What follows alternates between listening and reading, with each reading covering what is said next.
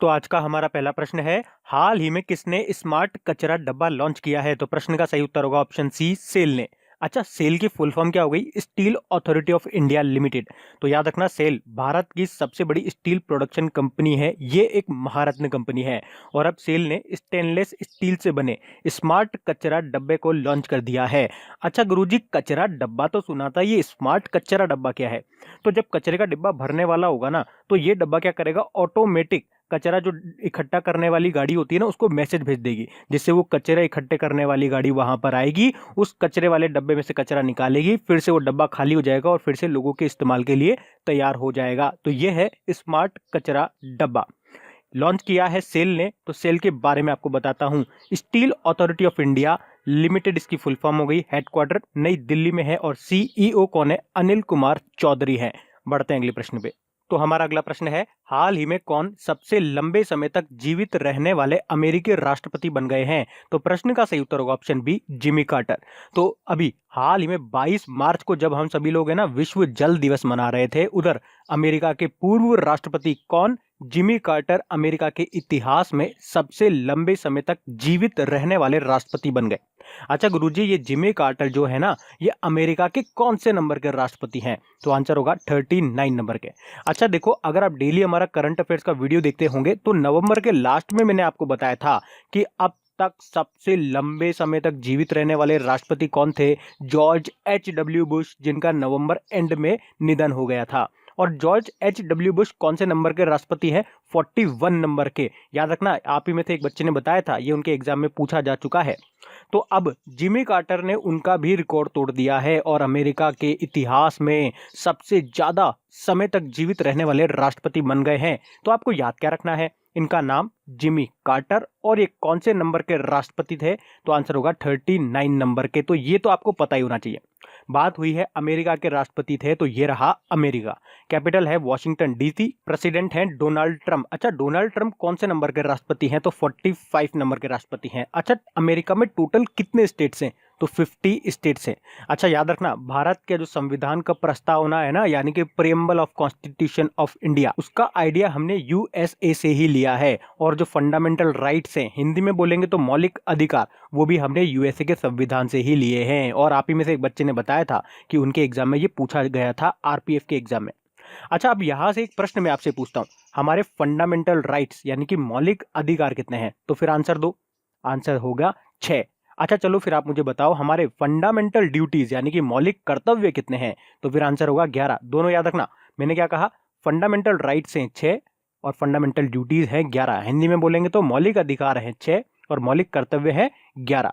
ऐसे याद रख लो भाई, कर्तव्य हमारे ज्यादा होते हैं ना, हमें ये भी काम करना है, वो भी काम करना है, ठीक है। अधिकार हमारा कम ही चीजों पे होता है, तो इस तरह से याद रख लो 6 और 11 में। अच्छा देखो, एसबीआई क्लर्क 2016 में पूछा गया था, सेंट्रल बैंक ऑफ यूएसए का क्या नाम है? तो आंसर होगा फेडरल रिजर्व बैंक। अच्छा देखो, अमेरिका ने कौन सा राज्य 1867 में रशिया से खरीदा था? एक बार प्रश्न पूछा गया एग्जाम में। तो आंसर होगा अलास्का, ये वाला अलास्का। ये लार्जेस्ट स्टेट है आपके यूएस का, दिख भी रहा है। अच्छा, जनवरी में मैंने आपको बताया था कि 2020 में अमेरिकी राष्ट्रपति चुनाव लड़ने वाली पहली हिंदू महिला कौन बनेगी? तो बताओ, नहीं पता? आंसर होगा तुलसी गेबार्ड। इसीलिए मैं आप लोगों से बोलता हूं, जो नए लोग हैं ना, खास तौर पे उनसे, अगर वो अभी अभी हमारे साथ जुड़े हैं, हमारे साथ कंटिन्यू रहना चाहते हैं, आगे बढ़ना चाहते हैं, तो प्लेलिस्ट में जाकर के हमारे जनवरी और फरवरी के वीडियोस वो देख डालें, क्योंकि मैं इसी तरह से आपको लिंक करा करा के, रिवाइज करा करा करके पढ़ाऊंगा। तो अगर आपने पुराने हमारे नहीं पढ़ रखे होंगे तो आप चीज़ों को कनेक्ट नहीं कर पाओगे, तो रिविजन का आपको तो कोई फायदा मिलेगा ही नहीं। तो आप जैसे भी समय मिले, दिन में 1 वीडियो 2 वीडियो देख करके जनवरी और फरवरी के खत्म कर दो। अभी टाइम है, हो जाएंगे, बाद में फिर दिक्कत होगी। बढ़ते हैं अगले प्रश्न पे। तो हमारा अगला प्रश्न है, हाल ही में अमेरिका ने गोलान हाइट्स को किस देश के इलाके के रूप में मान्यता दी है? तो प्रश्न का सही उत्तर होगा ऑप्शन सी, इजराइल। अच्छा गुरुजी, ये गोलान हाइट्स क्या है? तो ये एक क्षेत्र है, एक रीजन है, जिसका नाम ही है क्या? Golan Heights. एक्चुअल में हुआ क्या था, गोलान हाइट्स सीरिया का हिस्सा था और 1967 में इजराइल और सीरिया के बीच में हुआ था युद्ध। तो इजराइल ने सीरिया का ये जो हिस्सा है ना, जिसका नाम क्या है, गोलान हाइट्स, इस पे अपना कब्जा ले लिया था, इसे अपने कब्जे में ले लिया। लेकिन दुनिया भर के देशों ने इसे इजराइल का क्षेत्र के रूप में मान्यता नहीं दी थी। पर अब 2019 में अमेरिका ने गोलान हाइट्स को इजराइल के इलाके के रूप में मान्यता दे दी है। तो अब गोलान हाइट्स इजराइल का क्षेत्र बन गया है। तो ये रहा इजराइल। कैपिटल क्या है? जेरूसलम। करेंसी क्या है? Israeli new shekel. और प्रेसिडेंट कौन है? बेंजामिन नेतन्याहू है। अच्छा देखो 25 फरवरी को मैंने आपको बताया था इंपॉर्टेंट न्यूज, इजराइल ने अपना पहला चंद्र लैंडर लॉन्च किया था जिसका नाम क्या था? बेरेसेट था। अच्छा चंद्र लैंडर क्या होता है? तो 25 फरवरी वाले मैंने आपको डिटेल में समझाया था, तो इसका नाम आपको याद रखना था। एक तो मैंने कहा था बेरेसेट, और मैंने आपको ये भी कहा था कि अगर इजराइल का ये जो मिशन है ना ये सक्सेसफुल रहा तो चंद्रमा की सतह पर कंट्रोल करने वाला वो दुनिया में चौथा देश बन जाएगा। आपको याद आया होगा, अगर फरवरी से आप हमारे वीडियो देख रहे होंगे तो डेफिनेटली याद आया होगा। बढ़ते हैं अगले प्रश्न पे। तो हमारा अगला प्रश्न है, हाल ही में किसे कर्नाटक लोकसभा चुनाव 2019 का राजदूत नियुक्त किया गया है? तो प्रश्न का सही उत्तर होगा ऑप्शन सी, गिरीश एन गुड़ा। तो अभी हाल ही में पैरालंपिक के ऊंची कूद के खिलाड़ी कौन गिरीश एन गुड़ा को कर्नाटक लोकसभा चुनाव जो 2019 में होंगे ना उसका राजदूत नियुक्त किया गया है। अच्छा देखो ब्रांड एम्बेसडर की बात चल रही है, तो ब्रांड एम्बेसडर से रिलेटेड एक इंपॉर्टेंट क्वेश्चन मैंने आपको कल बताया था। फोन पे जो एप्लीकेशन है उसने किसे अपना ब्रांड एम्बेसडर बनाया? तो सबको पता होगा आमिर खान को। चलो फिर आप मुझे बताओ, शैन वॉन किस आईपीएल टीम के ब्रांड एम्बेसडर बने थे? अभी फरवरी में ही बने थे, कई बार बताया है, राजस्थान रॉयल के। चलो फिर आप मुझे बताओ, ड्रीम 11 जो गेमिंग प्लेटफॉर्म है ना उसके ब्रांड एम्बेसडर कौन है? और ये ड्रीम 11 मैंने आपको अभी मार्च में ही बताया था, काफी न्यूज में रही थी। क्यों रही थी गुरुजी? क्योंकि अभी आईपीएल जो 2019 के होंगे ना उसके ऑफिशियल पार्टनर बनिए कौन? ड्रीम 11। तो बताओ इसके ब्रांड एम्बेसडर कौन है? तो आंसर होगा MS धोनी है। तो ये आपको याद होना चाहिए। बढ़ते हैं अगले प्रश्न पे। तो हमारा अगला प्रश्न है, हाल ही में कहां पहला भारत प्रशांत सहयोग पर उच्च स्तरीय संवाद आयोजित किया गया? तो प्रश्न का सही उत्तर होगा ऑप्शन बी, जकार्ता में। तो अभी हाल ही में इंडोनेशिया सरकार ने अपनी राजधानी जकार्ता में पहली बार भारत प्रशांत सहयोग पर उच्च स्तरीय संवाद की मेजबानी की, यानी कि होस्ट किया।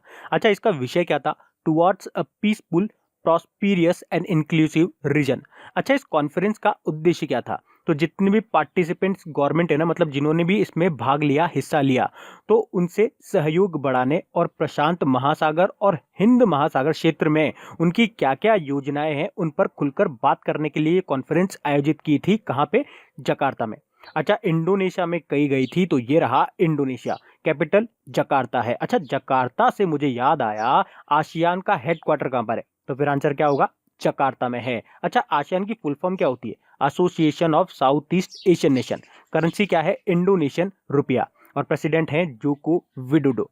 अच्छा देखो इंडोनेशिया से हमेशा मैं आपसे एक प्रश्न पूछता हूं कि अभी फरवरी में दुनिया की सबसे बड़ी मक्खी कहां पे खोजी गई थी? तो फिर आंसर क्या होगा? इंडोनेशिया। भाई वही पढ़ा रहे हैं तो वही होगा ना।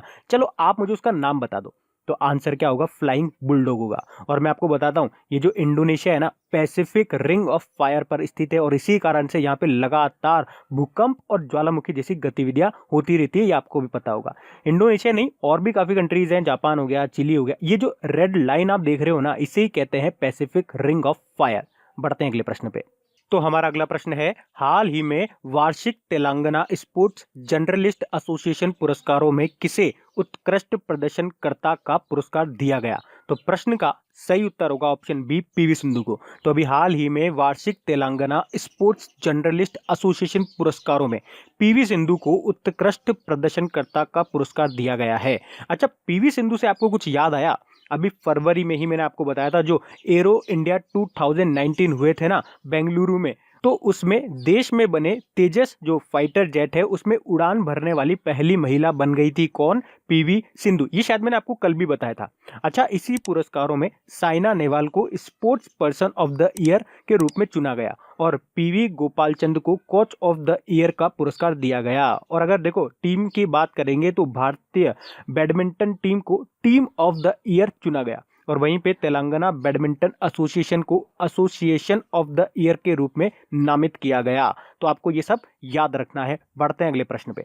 तो हमारा अगला प्रश्न है, हाल ही में किसे 2019 के हैंस किलियन पुरस्कार से सम्मानित किया गया? तो प्रश्न का सही उत्तर होगा ऑप्शन डी, आशीष नंदी को। तो अभी हाल ही में समाज शास्त्री और राजनीतिक मनोविश्लेषक आशीष नंदी को 2019 का हैंस किलियन पुरस्कार से सम्मानित किया गया। तो आशीष नंदी का नाम आपको याद रखना है जिन्हें मिला है 2019 का हैंस किलियन पुरस्कार।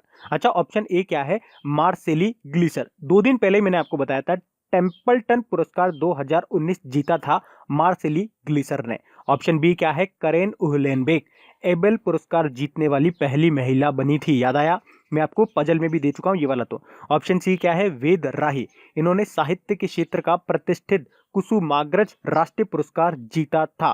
तो ये आपको याद रखना है। प्रश्न से आशीष नंदी का नाम 2019 का हैंस किलियन पुरस्कार से सम्मानित किया गया आशीष नंदी को।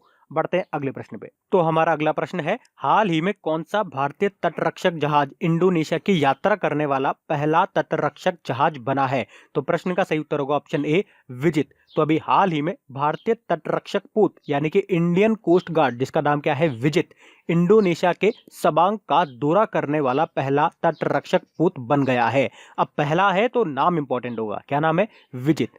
अच्छा देखो यहाँ पे क्या लिख रहा है, आईएनएस विक्रांत। तो ये मैंने आपको नवंबर में बताया था, आईएनएस विक्रांत को तैरते हुए संग्रहालय के रूप में बदला गया था। तो ये भी आप याद रखना, आईएनएस विक्रांत।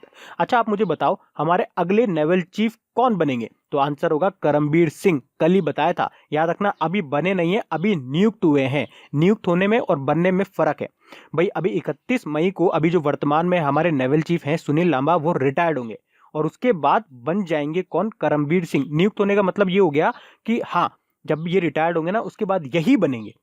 और बनने का मतलब क्या हो गया, अब ये बन गए हैं, इन्होंने पोस्ट धारण कर लिए, पद ग्रहण कर लिया है। ठीक है, बढ़ते हैं अगले प्रश्न पे।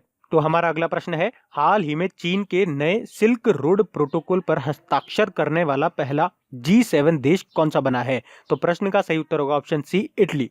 तो अभी हाल ही में इटली चाइना के सिल्क रोड प्रोटोकॉल पर हस्ताक्षर करने वाला G7 कंट्रीज का पहला देश बन गया है। तो इंपॉर्टेंट बनेगा क्योंकि जो G7 ग्रुप है उसका ये पहला देश बन गया है, तो इंपॉर्टेंट है। अच्छा गुरुजी ये तो बताओ ये सिल्क रोड क्या है? तो चलो मैं आपको बिल्कुल सिंपल से अगर समझाऊं तो आपने नाम सुना होगा one belt one road project का, जिसमें चाइना करना क्या चाहता है, एशिया, अफ्रीका और यूरोप के देशों को सड़कों और रेल मार्गों से जोड़ना चाहता है। तो यही है सिल्क रोड प्रोजेक्ट। और अब इसके लिए इटली भी चाइना का साथ देने के लिए तैयार हो गया है और ऐसा करने वाला मैंने बताया वो G7 ग्रुप का पहला देश बन गया है। अच्छा गुरुजी इटली कहाँ पर है? ये रहा इटली।